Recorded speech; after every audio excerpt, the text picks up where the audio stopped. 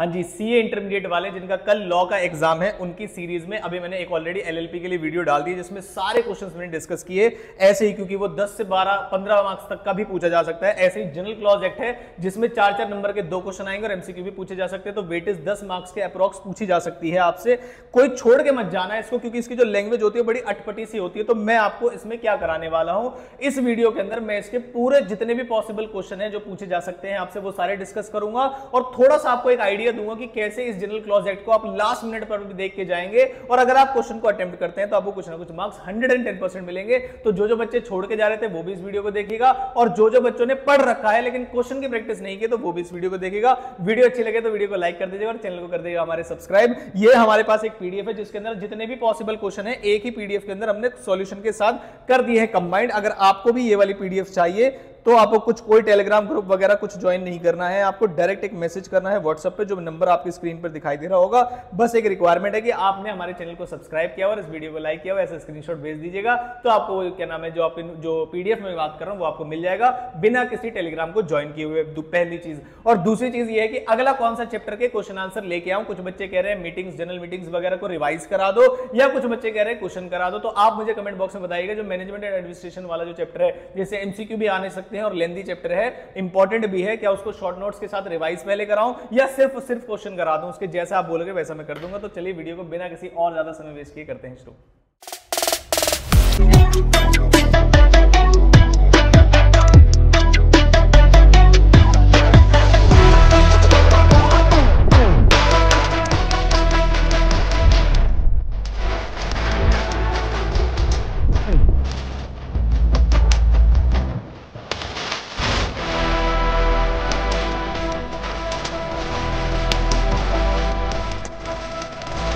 तो आइए super fast speed से करते हैं सभी क्वेश्चंस को बिना कोई भी टाइम वेस्ट किए हुए। क्वेश्चन पढ़ते हैं। The board of directors of cool private limited through an resolution pass in the board meeting. Question ऐसे पढ़ना जैसे आपने एक्ट पढ़ा हुआ है, सिंपल सी सिचुएशन है, आपको क्या आंसर लग रहा था क्या होगा और उसमें कौन कौन से कीवर्ड्स ऐड करने हैं साथ के साथ मैं आपको बताता चलूंगा। एक ऑथराइजेशन ग्रांट की है मिस्टर शरद को, the CEO of the company appoint कर सकता है 2 एम्प्लॉयज को डिपार्टमेंट के लिए, ठीक है, प्रोक्योरमेंट डिपार्टमेंट के लिए। सब्सिक्वेंटली मिस्टर शरद ने सिलेक्ट कर लिए हैं 2 लोगों को, लोगों के नाम है सुरेश एंड हेमंत उस पोजीशन पर।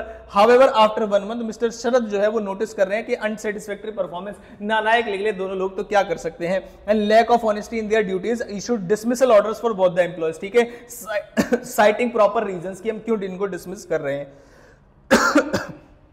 मिस्टर सुरेश ने कंटेस्ट किया dismissal in the court, arguing that, जो जिन लोगों को डिसमिस किया गया उनमें से किसी व्यक्ति ने आर्गुमेंट दिया कि बोर्ड ने कभी भी एम्पावर नहीं किया था मिस्टर शरद को appointment and not for dismissal. इसका मतलब सिर्फ अपॉइंट करने के लिए इनको पावर दी गई थी, ये हमें डिसमिस नहीं कर सकते। तो जनरल क्लॉज एक्ट क्या कहता है आपका, तो जनरल क्लॉज एक्ट ये कहता है कि कोई भी इनेक्टमेंट, कोई भी ऑर्डर या कोई भी प्रोसीजर जब आपको एम्पावर करता है किसी चीज को अपॉइंट करने के लिए, किसी पर्सन को अपॉइंट करने के लिए, तो इसका इंप्लाइड मीनिंग ये है कि आप उसे रिमूव भी कर सकते हैं। इसके लिए कोई आपको एक्सप्रेस ऑर्डर की जरूरत नहीं है। इट इज इंप्लाइड कि अगर आपके पास पावर टू अपॉइंट है, that mean is it implied power है कि आपके पास पावर टू रिजेक्ट भी है, डिसमिस भी है, या जो भी आप करना चाहें वो भी है। तो इसका आंसर यहां पर आप देख सकते हैं, this implies in terms of general contract it has also had the power to dismiss or suspend these employees, hence Suresh argument is not valid, और जो उनका dismissal है वो valid होगा एकदम से, कोई दिक्कत वाली बातें नहीं होंगी। मिस्टर एम ने इशू किया है एक चेक 3,30,000 जो भी यहां पर अमाउंट होगी। ध्यान से देखना मेरी बात, कुछ क्वेश्चन ऐसे होंगे अगर आपको जनरल क्लॉज एक्ट नहीं भी आता होगा तब भी सॉल्व कर पाएंगे, आप सरप्राइज हो जाएंगे। इसलिए कोई भी बच्चे इस वीडियो को पूरी बिना देखे ना जाए, ठीक है। 31 मार्च को एक चेक इशू किया उन्होंने, 31 दिसंबर को 10 बजे सुबह, मिस्टर एन को as consideration towards medical services provided by the latter, ठीक है। एन ने प्रेजेंट किया है चेक को 31 मार्च को, ठीक है, during the banking business hours. ये जो क्वेश्चन आया है ये आएगा आपका कंप्यूटेशन ऑफ टाइम से रिलेटेड, प्रोविजन लिखा गया है जनरल क्लॉज एक्ट में कि टाइम कैसे कंप्यूट किया जाएगा। आप देखना जरा ध्यान से, आपको भी पता है कि एक चेक को प्रेजेंट करने के लिए 3 मंथ्स होते हैं मैक्सिमम, उसके बाद वो एक्सपायर हो जाता है, डिसऑनर हो जाता है। Cheque dishonour taking the plea that it was not presented within the requisite time of 3 months, कह रहे 3 महीने के अंदर प्रेजेंट नहीं किया गया है। आपको बताना है नेगोशिएबल इंस्ट्रूमेंट एक्ट के अकॉर्डिंग क्या नाम है 3 महीने के अंदर प्रेजेंट नहीं किया गया। आपको जो रेफरेंस लेना है वो लेना है जनरल क्लॉज एक्ट का और डिसाइड करना है प्ली के लिए। तो मैं आपको बताता हूं उसमें कहां से क्वेश्चन आएगा, कहां से आंसर देना है। प्रोविजन होता है टाइम कंप्यूट करने का फ्रॉम एंड टू। अब जो 30 डेज काउंट होंगे वो जिस दिन डेट इशू हुआ था 31/12, जो भी कौन सी डेट थी वो 31/12/2023, यहां से काउंट करने हैं आपको 3 months। अब जो फ्रॉम वर्ड जो प्रोविजन है जनरल क्लॉज एक्ट में वो ये कहता है फ्रॉम जहां से शुरू होता है उस तारीख को हम काउंट नहीं करते, मतलब सिंपल 3 मंथ्स की कैलकुलेशन करनी थी आपको 31 दिसंबर से, जिसमें 31 दिसंबर काउंट होता ही नहीं है, उस दिन तो चेक इशू हुआ था आपको, तो इसका मतलब काउंटिंग जो ऑफ डेट होगी वो आफ्टर होगी, यानी कि 1 जनवरी 2023 से काउंट होगी, और यहां से आपको जब आप 3 मंथ्स काउंट करेंगे तो वो आ जाएगा 31 मार्च 2024, और इसी दिन उसने प्रेजेंट किया है, यानी कि this was the last day of 3 months, और उसने जो प्रेजेंटमेंट की है वो बिल्कुल वैलिड की है। अगर आप इसे काउंट करेंगे 31/12 से तो आपके एक्सपायर हो चुके हैं डेज, अदरवाइज एक्सपायर नहीं हुए हैं। तो देखिए जरा ध्यान से, आंसर बता देता हूं इसका जल्दी से। तो उन्होंने कहा ये फर्स्ट डे सीरीज का जो है 31/12 का, और लास्ट डे जो है 31/12 है, therefore applying the above provision 31/12 को आपको एक्सक्लूड करना है, और उसके बाद जब आपको डेट काउंट करनी है, since the cheque has been presented within 3 months, यानी कि लास्ट डेट पे प्रेजेंट किया गया है, वो एलिजिबल है ऑनर करने के लिए, ये उसका प्रोविजन लिखा गया, आप पढ़ सकते हैं। बिल्कुल सिंपल लैंग्वेज है, कुछ क्वेश्चन कुछ आंसर्स की, तो आपको बिल्कुल नहीं छोड़ के जाना चाहिए। आगे कह रहे whether the act is repealed, तो जो क्वेश्चन है रिपील्ड वाला बहुत ही ज्यादा इंपॉर्टेंट है, बहुत बार क्वेश्चन इसके एमटीपी आरटीपी वगैरह में भी देखे जा चुके हैं, और आपके एग्जाम में भी। रिपील्ड वर्ड का मतलब ये होता है जब किसी एक्ट को आप खत्म कर देते हैं। एक वर्ड होता है डिलीट, एक होता है रिपील्ड। डिलीट वर्ड का मतलब होता है हमने आज से डिलीट कर दिया है, इसको आगे जाके एप्लीकेबल नहीं होगा, मतलब स्पेसिफिक पॉइंट है। रिपील्ड वर्ड का मतलब ये होता है कि आपको ऐसे मान लिया जाएगा जैसे इट वाज नेवर एग्जिस्टेड, वो था ही नहीं, उसके प्रोविजन वगैरह सब खत्म कर दिए जाएंगे, और इसकी कुछ एक्सेप्शंस भी हैं, और यहीं पर उससे पूछा है कि बताइए उसके इफेक्ट क्या होंगे। तो इसके जो एक्सेप्शंस वाले इफेक्ट हैं वो ये हैं कि अगर आपके ऑलरेडी किसी एनेक्टमेंट में, ऑलरेडी किसी सेंट्रल एक्ट में आपके ऊपर कोई क्या नाम है प्रोविजन में आपके ऊपर कोई इंक्वायरी चल रही थी, आपके कोई राइट्स थे, आपकी कोई ड्यूटीज थी, आपकी कोई ऑब्लिगेशन थी, कोई भी XYZ चीज थी, वो एज इट इज चलती रहेगी, उस पर कोई इफेक्ट नहीं आएगा। जैसे कि देखिए जरा ध्यान से, आपके पास पहले कोई एक्ट कर रखा है जिसमें आप सफर कर रहे थे, वो चलता रहेगा, कोई राइट है, कोई प्रिविलेज है, कोई ऑब्लिगेशन है, कोई लायबिलिटी है, वो एज इट इज चलती रहेगी, कोई पेनल्टी है जो पहले से चल रही थी वो भी एज इट इज चलती रहेगी, कोई इंक्वायरी लिटिगेशन या रेमेडी थी वो भी एज इट इज चलती रहेगी। और उन्होंने कहा revive anything not in force, इसका मतलब ये है कि अगर मान लीजिए, देखो जरा ध्यान से, प्रोविजन बड़ा मजेदार है। अगर मान लीजिए मैंने कहा कि कंपनीज एक्ट मान लीजिए 2013 आया, उससे पहले कंपनीज एक्ट 1956 आया। अब मान के चलिएगा कंपनीज एक्ट 1956 को रिपील कर दिया, ऐसा मान के चलिए कंपनीज एक्ट 2013 ने, और अब 2024 में डिसाइड किया गया कि कंपनीज एक्ट 2013 को भी हम रिपील कर देंगे। तो इसका मतलब ये नहीं है कि कंपनीज एक्ट 1956 को हम रिवाइव कर रहे हैं। क्या मेरी बात समझ आती है? तो ये ऊपर वाले पॉइंट का मतलब है कि रिपील वर्ड का मतलब नहीं है revive anything not being in force. अगर पुराना कोई उन्होंने रिपील करके रखा है तो इसका मतलब जिसने तुम्हें हटाया था वही हट गया तो तुम जिंदा हो गए, ऐसा बिल्कुल भी नहीं है। इंपॉर्टेंट है, आप इसे याद करके जाइएगा, ठीक है। No person shall be prosecuted and punished for the same offence more than once. तो उन्होंने कहा किसी भी इनेक्टमेंट, किसी भी एक्ट के अंदर अगर आपने कोई पर्टिकुलर एक्ट किया है और वो पर्टिकुलर एक्ट मान लीजिए पनिशेबल है 2 एक्ट्स के अंदर, तो क्या आपको 2 बार पनिशमेंट मिलेगी या 1 बार पनिशमेंट मिलेगी? फॉर एग्जांपल रॉन्गफुल डिसऑनर के अंदर आपको मान लीजिए मैंने कहा कि नेगोशिएबल इंस्ट्रूमेंट एक्ट 1881 के अंदर भी सजा मिलेगी, और ये मान लीजिए आईपीसी के अंदर भी सजा मिलेगी। मैंने ऐसे ही बोल दिया उसको, एक्ट आपने एक ही किया था रॉन्गफुल डिसऑनर का, तो अगर दोनों इनेक्टमेंट में अगर उसे सजा का पात्र माना जाता है तो एक ही के अंदर उसे सजा मिलेगी। अब वो कोर्ट के ऊपर है किसके बाद सजा दे। एक ही एक्ट के लिए 2 इनेक्टमेंट के अंदर अगर पनिशमेंट लिखी गई है मिलेगी, लेकिन एक ही के लिए। लेकिन इसकी इंपॉर्टेंट चीज ये हो जाती है कि जो काम आप कर रहे हो वो सेम आइडेंटिकल होना चाहिए। अगर एक्टिविटी डिफरेंट है और उसे डिफरेंट मीनिंग दिया गया है तो ये प्रोविजन अप्लाई नहीं होंगे। यही चीज आपके आंसर में लिखा गया है। देखिए कोई भी एक्ट ओमिशन करते हैं shall not be punish twice for the same offence. और हमारा जो आर्टिकल है, हमारा जो संविधान का आर्टिकल है, कौन सा, कॉन्स्टिट्यूशन का आर्टिकल 20 और 2 वाला, that no person shall be prosecuted and punished for the same offence more than once. एक काम किया है आपने, उसके लिए आपको ज्यादा बार सजा नहीं दे सकते। और जनरल क्लॉज एक्ट में ध्यान देंगे आप, constitution apply only when 2 offenses which form subject for prosecution is the same।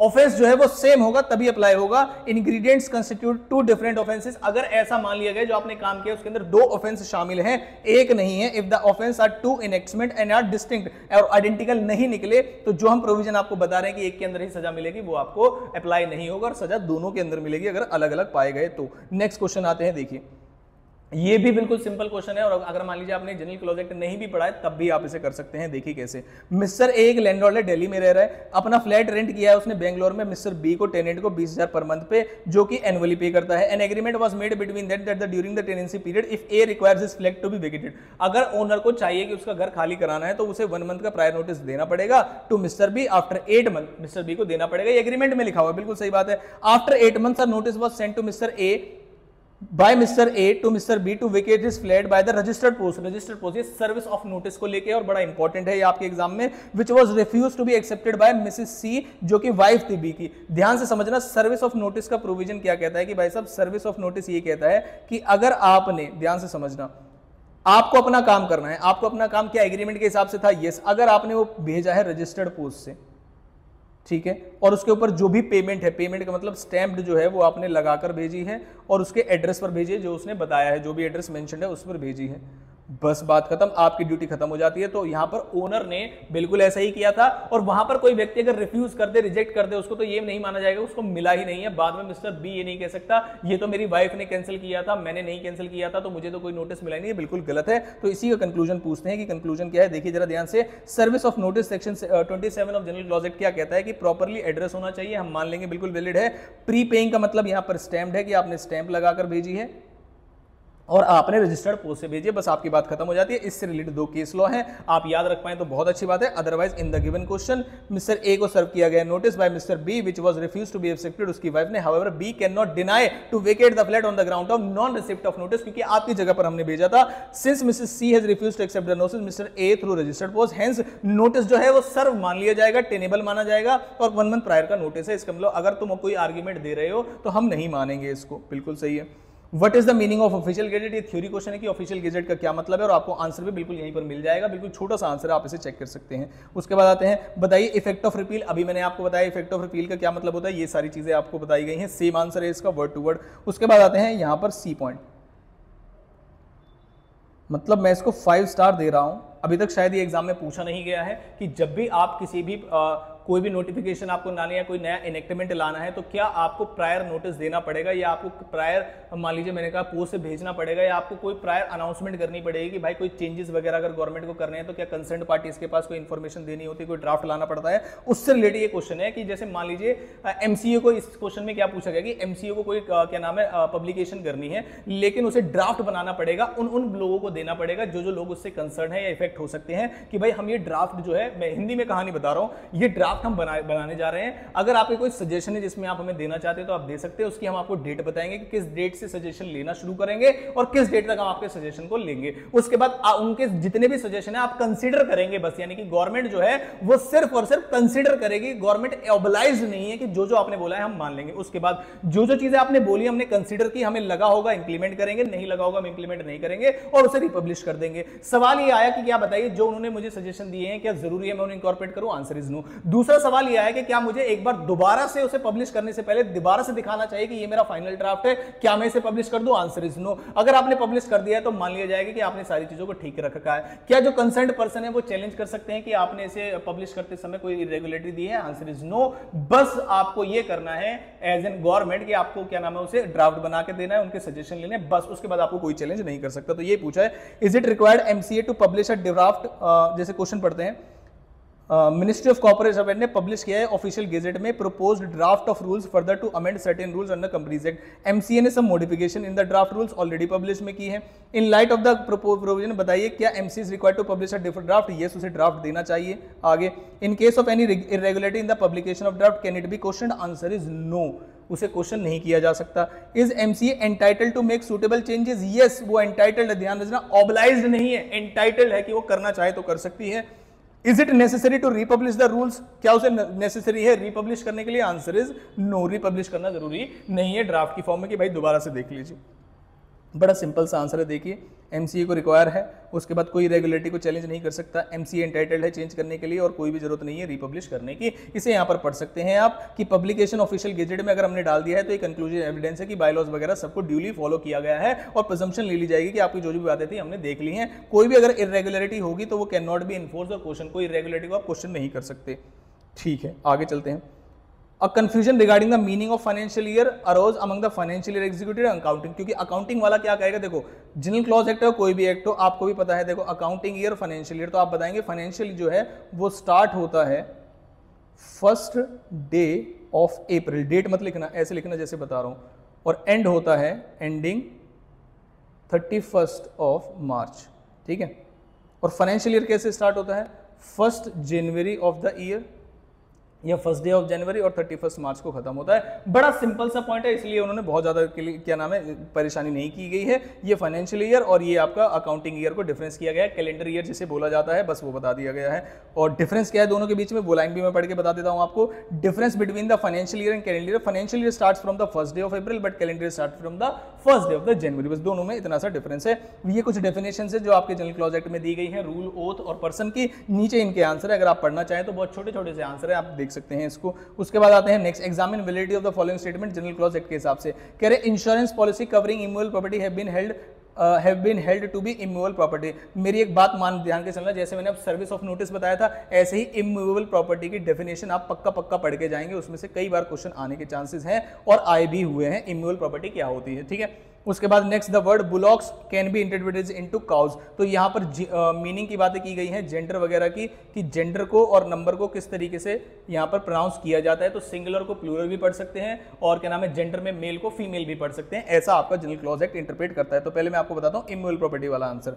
तो इमूवेबल प्रॉपर्टी की डेफिनेशन में क्या कहते हैं कि इंश्योरेंस पॉलिसीज आर रिटन, कहाँ है आंसर में इमूवेबल प्रॉपर्टी की डेफिनेशन, हालांकि उन्हें लिखनी चाहिए थी, तो उन्होंने कहा इंश्योरेंस पॉलिसी जो है इमूवेबल प्रॉपर्टी नहीं होती है, इमूवेबल प्रॉपर्टी की डेफिनेशन में कहीं नहीं आती। वर्ड जो बुलॉक्स है could be interpreted to include cows, answer is no, क्योंकि जो बुलॉक्स है वो जेंडर को स्पेसिफिक बताता है, जबकि इनके पास एक क्या नाम है वर्ड है कैटल, कैटल इंक्लूड करता है बुलॉक्स और काउज यानी कि मेल को भी और फीमेल को भी, लेकिन उन्होंने स्पेसिफिकली एक जेंडर को बताया, जबकि आपके जनरल क्लॉज एक्ट में एक वर्ड है कैटल जो दोनों को बता सकता है, लेकिन वर्ड फिर भी यूज किया गया है बुलॉक्स। इसका मतलब यह है कि वो स्पेसिफिक जेंडर को रिप्रेजेंट करना चाहता था, और जब भी किसी बनाने वाले या समझाने वाले के वर्ड को इंटेंशनली यूज किया गया है तो आप उसे ऑटोमेटिकली काउज पर अप्लाई नहीं करेंगे, यही बात लिखी होगी। देखिए, the statement is not valid where a word containing a common gender, मान लीजिए एक वर्ड है जो कि कॉमन जेंडर को दर्शाता है, वो अवेलेबल है आपके पास, लेकिन जो वर्ड यूज किया गया वो कन्वे कर रहा है एक स्पेसिफिक जेंडर को, तो यहां पर कोई भी असम्पशन ऐसी फॉलो नहीं करेगी जनरल क्लॉज एक्ट की जो कि ये बताती है कि आप सिंगुलर को प्लूरल और मेल को फीमेल मान लेंगे। Thus the word bullocks could not be interpreted include cows, अगर उन्हें ऐसा करना होता तो उसके लिए कैटल वर्ड यूज करते हैं, ठीक है। अजीत ने सपोज करनी है, एक सबमिट करनी है, ये है कंप्यूटेशन ऑफ डेट, और कौन सा दिन कंप्यूटेशन ऑफ टाइम कैसे होता है, ठीक है। 30th मार्च को which was the last day on which appeal could be submitted, ये लास्ट ड्यू डेट थी, ठीक है, बिल्कुल सही बात है। Unfortunately on that day high court को क्लोज कर दिया गया, लॉकडाउन कर दिया पूरे इंडिया में, एग्जामिन द रेमेडी अवेलेबल, तो उन्होंने पूछा जब आप डेज की कंप्यूट करते हैं, डेट की कंप्यूट करते हैं कि कब ड्यू डेट कंप्यूट की जाती है, तो जो भी आपकी लास्ट ड्यू डेट थी, ध्यान से समझना सारे बच्चे, जो भी आपकी लास्ट ड्यू डेट थी, अगर उस दिन से अचानक से कोई इमरजेंसी हॉलीडे लग जाए जिसका आपको पहले से नहीं पता था, यानी कि पब्लिक हॉलीडे नहीं है, इमरजेंसी हॉलीडे है, वो अचानक से, वो संडे वगैरह भी नहीं है और कोई इमरजेंसी हॉलीडे भी नहीं है वो, तो उसे ले जाया जाएगा नेक्स्ट वर्किंग डे पे, चाहे वो कुछ भी हो, प्रीसीडिंग वर्किंग डे पे नहीं जाता, नेक्स्ट वर्किंग डे पे जाता है, तो इस बात को आप ध्यान रखिएगा। तो अगर 30 मार्च को मान लीजिए उन्होंने कहा कि ये वाले हैं, तो आप ये मत बोलना 31 मार्च को कर देंगे, नहीं, आप बोल देना नेक्स्ट वर्किंग डे, हो सकता है 31 मार्च को संडे हो सकता है 31 मार्च को कोई और छुट्टी हो, तो आपको बस सीधा सीधा लिख देना है नेक्स्ट वर्किंग डे पे चला जाएगा। तो क्या रेमेडी अवेलेबल है, तो इसी के नीचे आंसर लिखा जाएगा, इन light of the set provision Ajit can submit the appeal on the day on which high court is open, on the next day, जब भी हाई कोर्ट ओपन होगा, नेक्स्ट वर्किंग डे में जब भी वो हाई कोर्ट ओपन होगा, ठीक है। नेक्स्ट, पीके एंड वीके एक लॉन्ग डिस्प्यूट हुई ओनरशिप ऑफ लैंड को लेकर, which is legal suit pending in court, court ने फिक्स की है एक डेट, फिर से देखिए कोर्ट ने फिक्स की थी 29 अप्रैल को, which was announce to be holiday subsequently, बाद में गवर्नमेंट ने कहा कि 29 को क्या नाम है छुट्टी है, but will the computation of time और हियरिंग ऑफ द केस, हम बोलेंगे भाई नेक्स्ट जो डे होगा वही बोलेगा, applying the provision can calculate that date of जो है ये shall be extended to the next working day, आपको डेट नहीं बतानी है, हो सकता है उसमें कुछ छुट्टी निकल के आ जाए, बिल्कुल ठीक है। इनकम टैक्स एक्ट 1961 प्रोवाइड करता है ग्रेच्युटी जो पे की जाएगी गवर्नमेंट को अपने एम्प्लॉयज को फुल्ली एग्जेम्प्ट फ्रॉम टैक्स होगी, बिल्कुल सही बात है। You are required to explain the scope of the term government to clarify, यानी कि गवर्नमेंट की डेफिनेशन पूछी है उन्होंने कि ये अवेलेबल क्या स्टेट गवर्नमेंट को भी होगा, आंसर इज यस। जब आप गवर्नमेंट की डेफिनेशन पढ़ते हैं जनरल क्लॉज एक्ट में, तो गवर्नमेंट की डेफिनेशन में सेंट्रल गवर्नमेंट के एम्प्लॉयज भी आते हैं और स्टेट गवर्नमेंट के एम्प्लॉयज भी आते हैं, या कोई अथॉरिटी के एम्प्लॉयज भी आते हैं, तो वो आप एक बार डेफिनेशन देख लीजिएगा, ठीक है। आगे चलते हैं, the act done negligently shall be deemed to be in good faith. ध्यान से समझना, जनरल क्लॉज एक्ट में एक वर्ड डेफिनेशन दी गई है गुड फेथ की। मैंने आपको 3 वर्ड्स बताए जो आपको ध्यान से पढ़ने हैं। एक आपको पढ़ना है, मैं बता देता हूं जल्दी से कौन सा। एक तो सर्विस ऑफ नोटिस वाला, सारे बच्चे यहां पे लिख लेंगे इसको अपनी बुक के अंदर, स्टडी मैट के अंदर पढ़ेंगे उसको। एक तो सर्विस ऑफ नोटिस वाला सारे बच्चे पढ़ेंगे। इमूवेबल प्रॉपर्टी वाली डेफिनेशन प्रॉपरली पढ़ के जाएंगे सारे बच्चे, ठीक है, क्वेश्चन बन सकता है उससे। और एक गुड फेथ वाला क्वेश्चन, गुड फेथ वाला क्वेश्चन मल्टीपल टाइम पूछा गया है कि गुड फेथ वाला जो नॉर्मल एक्ट में बोला जाता है गुड फेथ, जैसे सेल्स ऑफ गुड एक्ट वगैरह में अगर कहीं यूज कर लिया गया, नेगोशिएबल इंस्ट्रूमेंट में कहीं यूज कर लिया गया, तो वैसे अगर किसी इनेक्टमेंट में गुड फेथ को डिफाइन किया गया है उस पर्टिकुलर एक्ट के लिए, तो उस पर्टिकुलर सेंट्रल एक्ट में आप उसे एज इट इज पढ़ेंगे जैसा कि वहां दिया गया है। और अगर कहीं नहीं दिया गया है तो हम बताएंगे आपको कि क्या नाम है, कैसे उसे इस्तेमाल करना है। तो good faith general clause act वाली ये कोई भी बात नहीं करते कि अनजाने में आपने कर दिया तो उसे गुड फेथ मानेंगे। अगर आपने कोई भी चीज नेग्लिजेंटली की है, केयरलेसली की है, कोई भी ऐसी चीज आपने दिखाई है जो ड्यू डिलिजेंस फॉलो नहीं किया, तो हम उसे गुड फेथ में नहीं मानेंगे। तो उन्होंने बोला एनी एक्ट, कोई भी एक्ट जो उसने किया है, the act done negligently shall be deemed to be in good faith. तो क्या ऐसा बोला जाएगा? Answer is no. और उसके बाद आपको गुड फेथ की डेफिनेशन बता देनी है कि भाई यहां पर गुड फेथ इन जनरल में बोला जाता है जब आप ड्यू केयर इंटेंशन देते हैं जिसे मॉडिफाइड प्रिज्यूम नहीं किया जाता, लेकिन जनरल क्लॉज एक्ट में बोलते हैं thing shall be deemed to be done in good faith where it in effect done, कैसे, honestly, whether it could be done negligently और नॉट। तो ये 2 डेफिनेशन दी गई है, बस यहां पर बात खत्म हो जाती है। Mrs K went to the jewelry shop to purchase diamond ornaments. The owner of the jewelry shop are notorious and indulging in smuggling activities. बिल्कुल ठीक है। मिसेस के ने परचेज कर लिए डायमंड ऑर्नामेंट्स ऑनेस्टली परचेज किए, उसने अपने पैसे दिए हैं विदाउट मेकिंग प्रॉपर इंक्वायरी। जब आपको पता था कि वो लोग इस चीज के लिए जाने जाते हैं, तो क्या इस चीज को गुड फेथ में माना जाएगा? क्या इसे गुड फेथ में माना जाएगा? Answer is no. और क्या आपके पास गुड टाइटल आएगा? बिल्कुल भी नहीं आएगा, क्योंकि आपने क्या की है, आपने केयरलेसनेस दिखाई है, इसे गुड टाइटल नहीं मिलेगा। उन्होंने कहा there are 2 ways to reach a city, city A और सिटी बी। तो जब कंप्यूटेशन ऑफ डिस्टेंस के प्रोविजन आप पढ़ते हैं तो उन्होंने कहा डिस्टेंस को हम मेजर करेंगे in a straight line, straight line में मेजर किया जाएगा इन अ स्ट्रेट लाइन। तो यहां पर इसका आंसर भी लिखा होगा, डिस्टेंस को मेजर करने के लिए आप हॉरिजॉन्टल प्लेन या फिर स्ट्रेट लाइन का सहारा लेंगे, और यहां पर डिस्टेंस का आंसर नहीं देना है आपको, बिल्कुल कीवर्ड था ये। उसके बाद आ जाते हैं हम किस पे, डिफाइन द टर्म एफिडेविट और गुड फेथ। तो मैंने दोनों को बता दिया आपको, एफिडेविट और गुड फेथ को इंपॉर्टेंट है, अच्छे से पढ़ के जाना आप, ठीक है। ये इसके आंसर्स हैं। अच्छा, और आगे चलते हैं। What do you understand by the term good faith? फिर से गुड फेथ का क्वेश्चन आया और मैंने आपको बता दिया, और यहां पर कोई क्वेश्चन दिया गया, explain its provision of the general clause act. Mister X ने परचेज की है वॉच मिस्टर वाई से carelessly without making proper inquiry. तो क्या इसे गुड फेथ में बोलेंगे as per general clause act? Answer is no, बिल्कुल भी नहीं बोलेंगे। आगे चलते हैं। ये इसका आंसर लिखा हुआ है, सारे बच्चे पढ़ सकते हैं इसको। एफिडेविट का फिर से आपसे डेफिनेशन पूछी गई है, ये भी आप लिख सकते हैं, उसे पढ़ लीजिएगा आप।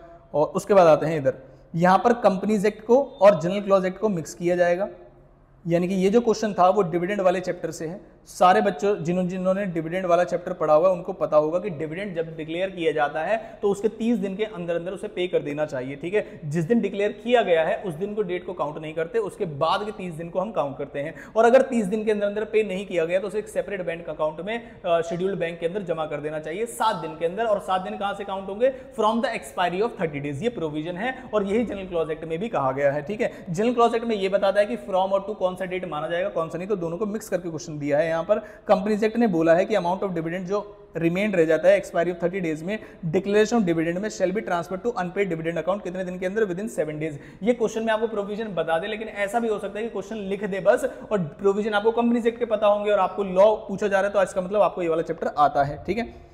If the expiry of date of such 30 days जो है वो 30/10/2018 है, बताइए लास्ट दिन कौन सा होना चाहिए जब अनक्लेम्ड डिविडेंड को ट्रांसफर कर देना चाहिए? तो 7 दिन है, तो क्या 30/10/2018 को काउंट करेंगे? Answer is no. उसके बाद अब 30/10 का डेट क्या होती है? तो 30/10 का मतलब होता है 30 अक्टूबर, तो 7 दिन क्या बचेंगे? तो 7 दिन का मतलब होगा आपका 6 नवंबर जो है, यहां पर 7 दिन उस दिन होंगे आपके, तो आंसर में इसका 6 नवंबर होना चाहिए। ये रहा आपका आंसर कि 7 दिन जो फॉल करेंगे वो 6 नवंबर है। और इंक्लूड एक्सक्लूड किसको करना है? जिस दिन 30 डेज एक्सपायर होते हैं उसे एक्सक्लूड करते हैं, उसके बाद 7 दिन काउंट किए जाते हैं, ठीक है। उसके बाद नेक्स्ट क्वेश्चन में आते हैं, ये आप नॉर्मली भी आंसर कर सकते थे। Referring to the provision of general clause and found out the day और डेट ऑन विच रेगुलेशन जो है आएगा। तो रेगुलेशन आने के लिए आपको पता होगा कि हमारे प्रेसिडेंट की एसेंट चाहिए। तो अगर किसी भी रेगुलेशन में जब वो आया था उसमें डेट मेंशन्ड नहीं है, तो जिस दिन आपके प्रेसिडेंट की एसेंट मिली है उस दिन माना जाता है। या फिर अगर उस ऑफिशियल गेजेट के अंदर जो आपने नोटिफिकेशन डाली है, कुछ भी डाली है, उसके अंदर डेट मेंशन है कि कौन सी डेट से आएगा। जैसे मान लीजिए मैंने कहा 1 जनवरी को हमारे पास नोटिस या कोई पब्लिकेशन आई कि ये वाला जो एक्ट है वो 10 जनवरी से अप्लाई होगा, तो कब से अप्लाई होगा? 10 जनवरी से। लेकिन अगर डेट मेंशन नहीं है तो आप क्या करेंगे? तो भाई जिस दिन आपने प्रेसिडेंट की असेंट दी थी उस दिन जो है प्रेसिडेंट की असेंट मिली है, उस दिन आपको ये चीज मान ली जाएगी। ठीक है, जैसे यहां पर लिखा है security exchange board of India ने इशू किया एक डिस्क्लोजर 5th अमेंडमेंट का, ये आईसीआई वाला क्वेश्चन है जो कि इशू किया गया था नोटिफिकेशन 14 अगस्त को और 2015 में,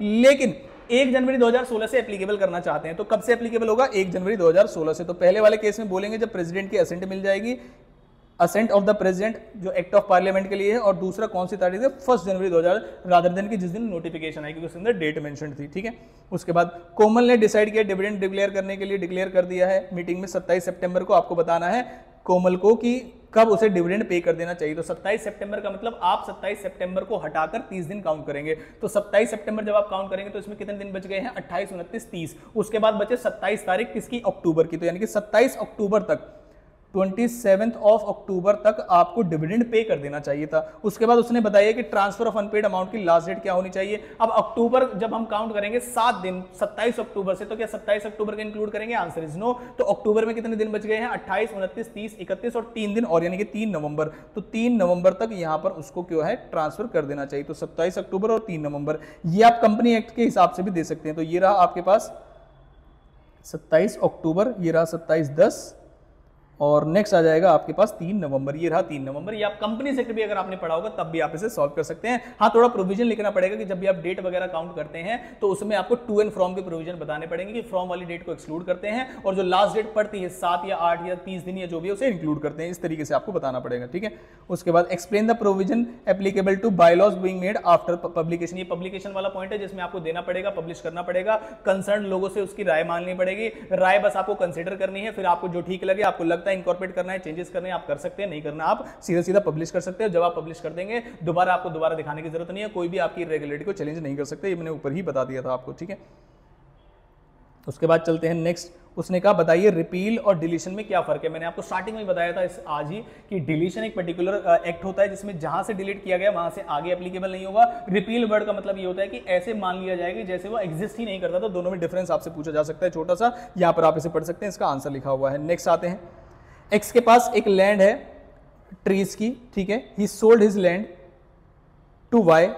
x wants to know whether the sale of timber को क्या हम मूवेबल प्रॉपर्टी इमूवेबल प्रॉपर्टी बोलेंगे। तो आंसर इज नो। तो मूवेबल प्रॉपर्टी की डेफिनेशन देखिए आप, यहां पर लिखा हुआ है कि मूवेबल प्रॉपर्टी में बस क्या क्या आएगा? लैंड आएगा। बेनिफिट्स टू अराइज, देखो यहां पर बहुत इंपॉर्टेंट वर्ड है बेनिफिट्स टू अराइज। वर्ड का मतलब है फ्यूचर में जो बेनिफिट अराइज होंगे। इसका मतलब अगर लैंड के साथ हम उसी के साथ साथ लगे हुए ट्रीज भी बेच देते तो ट्रीज भी मूवेबल प्रॉपर्टी की डेफिनेशन में आते हैं, लेकिन उसने ट्री ना बेच के टिम्बर बेचा, इसका मतलब ट्रीज को कट कर दिया गया होगा। थिंग्स अटैच टू अर्थ लिखा हुआ है, परमानेंटली फास्टेंड है। थिंग्स अटैच टू अर्थ का मतलब ये जैसे ट्रीज लगे हुए हैं उसके अंदर वो things attach to. Permanently fastened word का मतलब ये है कि जैसे मान लीजिए एक बिल्डिंग है, बिल्डिंग के ऊपर उन्होंने दरवाजे लगाए हुए हैं और ये मान लीजिए दीवारें लगाई हुई हैं, ये परमानेंटली फास्टेंड है, मतलब इन्हें आप जब निकालोगे तभी निकलेगा, अदरवाइज तो एज इट इज रहेंगे। कोई ढांचा है जैसे मान लीजिए, उसको भी क्या नाम है बोलते हैं। ये बात आप ध्यान रखिएगा, बेनिफिट्स जो अराइज हो सकते हैं फ्यूचर में वो बोले जाते हैं इमूवेबल प्रॉपर्टी, ना कि आज ही जो बेनिफिट्स अराइज हो गए हैं, मतलब पेड़ काट दिए हैं आपने तो वो जो पेड़ कट गए हैं वो टिम्बर बन गए हैं और वो आपके क्या नाम है डेफिनेशन ऑफ इमूवेबल प्रॉपर्टी में नहीं आते। इस बात को सारे बच्चे ध्यान रखेंगे। उसके बाद explain any 4 effects of repeal. Repeal के दोबारा से इफेक्ट्स जो मैंने बताए थे आपको रिवाइव नहीं करेगा, लेकिन सारे rights obligation duties inquiry investigation जो भी चल रही है वो एज इट इज चलती रहेगी, उसको कोई इफेक्ट नहीं पहुंचेगा। ठीक है, मेरे ख्याल से ये आज का आखिरी क्वेश्चन है। What is meant by service of post, और ये मैं आपको बता चुका हूं। सर्विस ऑफ पोस्ट का मतलब ये है कि आप पोस्ट कर देंगे रजिस्टर्ड पोस्ट से, उस पर स्टैंप लगवा देंगे, पेमेंट करवा देंगे और एड्रेस पे भेजेंगे। तो एड्रेस ठीक से लगाया हुआ आपने, प्री पेइंग का मतलब आपने स्टैंप लगा दिए, पेमेंट कर दी है उसकी, और posted by registered post, registered post से आपने भेजा है। बस इस तरीके से अगर आप इसे लिख देंगे, ये इसकी डेफिनेशन तो बहुत इंपॉर्टेंट रहेगा। तो मेरे ख्याल से जो जो चीजें मैं आपके लिए आज लेके आ रहा हूं वो आपके लिए हेल्पफुल हो रही होंगी। और अगर आप यहां तक आ गए हैं, लास्ट तक आ गए हैं, तो आई होप अगर आप ये एक्ट छोड़ के भी जाना चाह रहे होंगे तो अगर आप इस वीडियो को देख लेंगे तो आपको 110% थोड़ा बहुत कॉन्फिडेंस आएगा और आप क्वेश्चन को छोड़ेंगे।